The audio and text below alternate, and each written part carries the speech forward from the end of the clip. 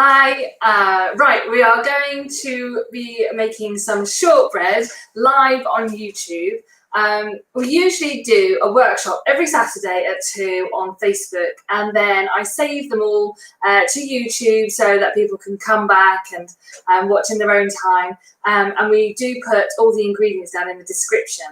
Now, this one's going to be a bit different because I'm going to go straight to YouTube. And we're going to record it live, and then we will add in the description straight afterwards the ingredients and the amounts. So I am Michelle from Busy Bakers, and this is a nice quick workshop of how to make a delicious buttery shortbread. So you will need for this a tin of roughly 8 by 10 inches or 30 by 18 centimetres. It can be slightly bigger or smaller. You just need to adjust your bake times a few minutes either way. And I've lined this, I've greased the tin and lined it with some baking paper. So that's what you need on the equipment. And also for later on, some cling film is also very handy. You're then going to need 350 grams of plain flour. It's really important that it's plain. You don't want self-raising because we want no raising agents, just some all-purpose plain flour.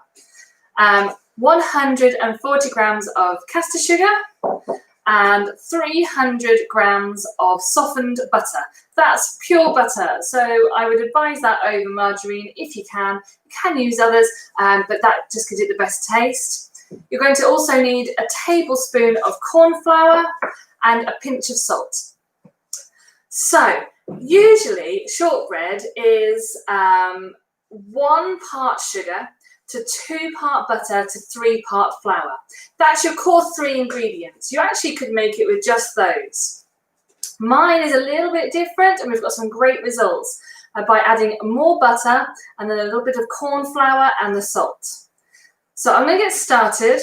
We're going to add 300 grams of softened butter to my bowl. I gave this a bit of a helping hand actually by putting it in the microwave for a few seconds just because it hadn't been at room temperature for long enough. So you can do that, but you don't want it melted, you just want it to be softened. And to my 300 grams of butter, I'm going to add my 140 grams of caster sugar.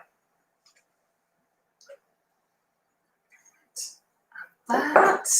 Try and keep tidy as I go. I'm going to mix that together now until you can't see the sugar. There are different ways of making shortbread. If you want a coarser one, people rub the butter with the flour first.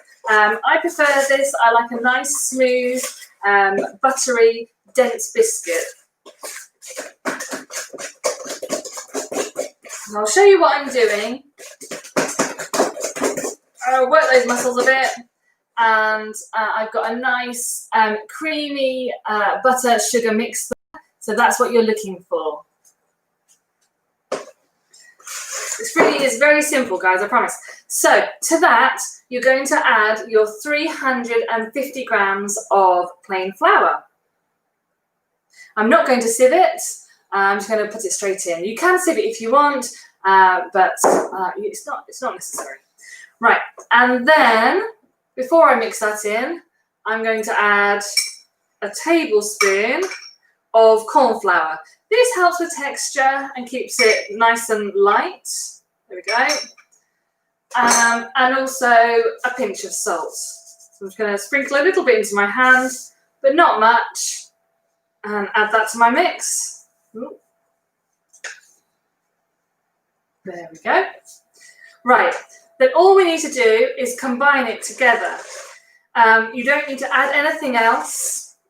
You'll find, I'm just going to scrape along the sides, bringing it all into the center of the bowl.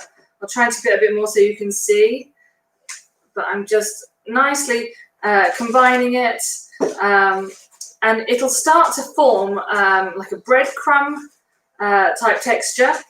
We're not looking for it to become a whole dough ball. You can knead it into a ball if you want, but you don't need to. The trick is with shortbread is to keep it nice and light. So for the same reasons, we're not going to put it onto the worktop and roll it out. There's nothing like that needed. We are going to put it straight into the tin. So I'll show you what it's looking like now. So you can see it's much more like breadcrumbs now. So keep going. You should be able to stir it until it loses that kind of floury, dusty texture and becomes much more kind of clumps of dough. I'll do a bit more. Now, if you are watching this and you want to make this more than the shortbread, we will be running a second workshop that you can click onto to make millionaire's shortbread. So it's basically using your shortbread, from this workshop, and then I'm going to show you how to make a caramel sauce and add chocolate to it to create the millionaire's shortbread. Right. So if you want to preheat the oven, as Mr. Busy Baker, who is behind the camera, has just with me, your oven temperature will need to be 170 degrees Celsius, 160 for fan, and gas mark 3. I'm terrible. I think it's because our oven's always, I forget that I actually need to put it on for anyone else. Right, so I'm just going to use my little finger to scrape down the bowl there, and I'll show you the texture.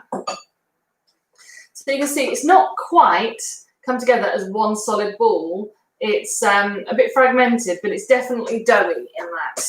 Now, if you want to, you can get your hands in and bring it together.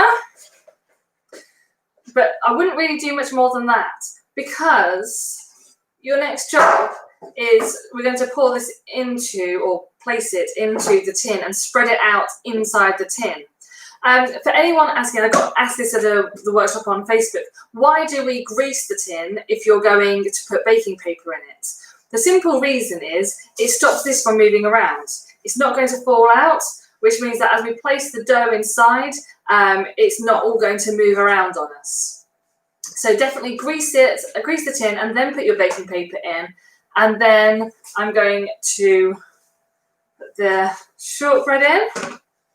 Now, you want this to be all around your base.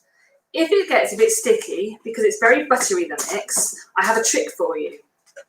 So mine's just getting to the point now that I think, I don't really want that all over my hands. So take some cling film.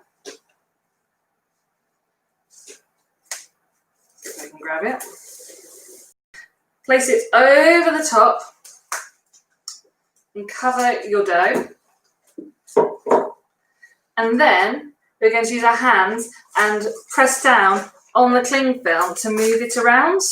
You'll find this is a lot quicker. Try and make sure that the center of your dough is the same level as the sides. You can move your cling film around if it's not quite wide enough. Just keep moving it to where you need it.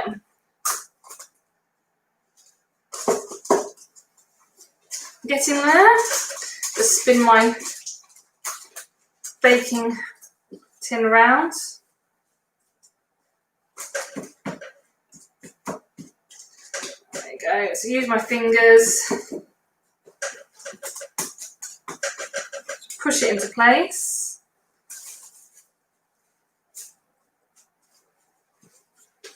Bear with me. Hopefully you guys are doing exactly the same thing.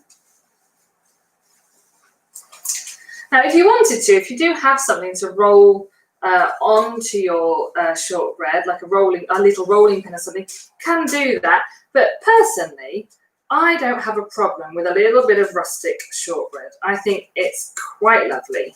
So, discard that, and I will show you. You should now have a tin of smeared bread. Now, if you'd like to decorate it, you can use a fork. If you're doing millionaire shortbread, you don't need to do any of this because you're not going to see it, you're going to cover it with caramel.